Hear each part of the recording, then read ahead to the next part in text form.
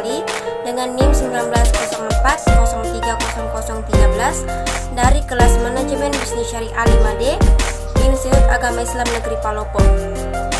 Video ini saya buat untuk memenuhi tugas UAS dari Bapak Muhammad Ginanjar SEMM selaku dosen pengampu mata kuliah Manajemen Operasional.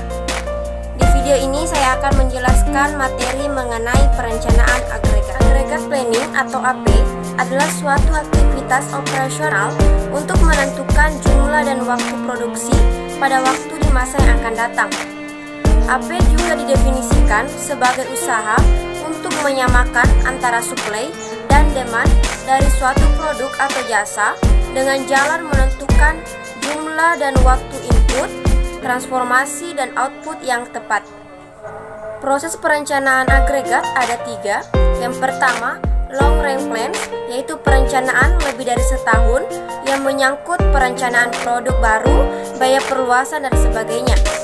Yang kedua, intermediate range plans, yaitu rencana antara 3-18 bulan menyangkut rencana penjualan, rencana produksi, rencana inventory, anggaran tenaga kerja, dan sebagainya.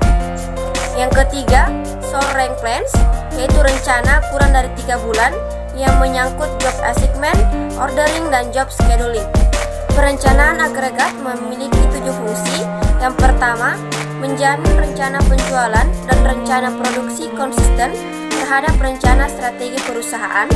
Yang kedua, alat ukur performansi proses perencanaan produksi. Yang ketiga, menjamin kemampuan produksi konsisten terhadap rencana produksi. Yang keempat, memonitor hasil produksi aktual terhadap rencana produksi dan membuat penyesuaian. Yang kelima, mengatur persediaan produk jadi untuk menjadi target dan membuat penyesuaian. Yang keenam, mengarahkan penyusunan dan pelaksanaan jadwal induk produksi. Yang ketujuh, alat komunikasi antara manajemen teras atau top manajemen dan manufaktur. Tujuan perencanaan agregat adalah menetapkan tingkat output untuk jangka menengah dan sedang dalam menghadapi fluktuasi dan ketidakpastian permintaan. Strategi perencanaan agregat ada 3. Yang pertama, dengan cara pilihan kapasitas, yaitu yang pertama mengubah tingkat persediaan, yang kedua meragamkan jumlah tenaga kerja, yang ketiga meragamkan tingkat produksi melalui lembur atau waktu kosong, yang keempat subkontrak, dan yang kelima penggunaan karyawan paruh waktu. Yang kedua, melalui pilihan permintaan, yaitu yang pertama dengan cara mempengaruhi permintaan, yang kedua tunggakan pesanan selama periode permintaan tinggi, dan yang ketiga perpaduan produk dan jasa yang counter seasonal atau dengan musim yang berbeda. Yang ketiga yaitu melalui pilihan campuran dengan cara pertama strategi perburuan atau cash strategi, dan yang kedua strategi penjadwalan bertingkat atau level scheduling strategi.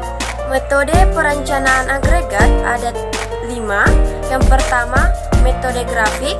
Yang kedua, metode transportasi dalam program linear.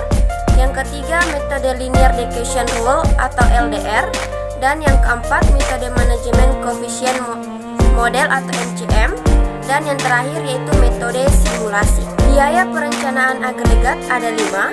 Yang pertama, biaya penambahan tenaga kerja, yang berhentian tenaga kerja.